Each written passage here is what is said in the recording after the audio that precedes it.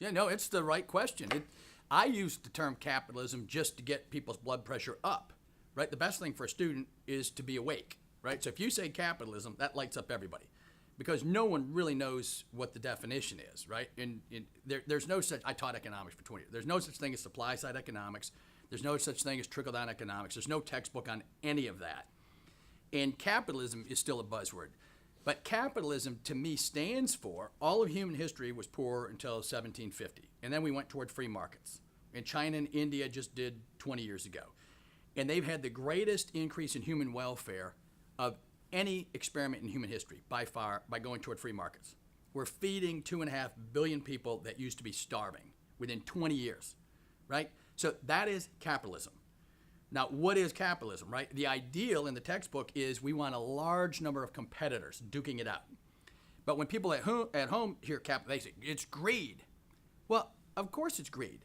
I mean, I brought up Genesis 2 before, right? In the Soviet Union, Putin is worth hundreds of millions of dollars too. It's not like greed is just in Western society. There's greed all over the world, right? And there's dictatorships in sub-Saharan Africa. There's greed everywhere.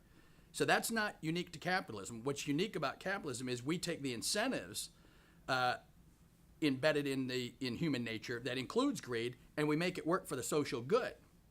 That competition between a large number of people duking it out has produced outcomes you couldn't dream of. And it presumes a large number of competitors.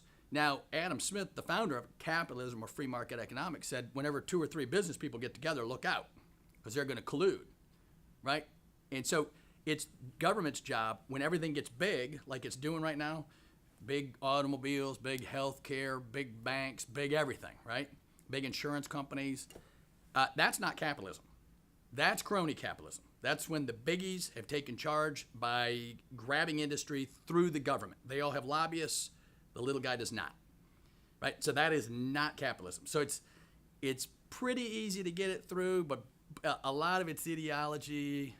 A lot of people are angry at rich capitalists, etc. Some of them are corrupt. A lot of them are not, right? A lot of people made money through genius and ingenuity, and they deserve whatever they produced.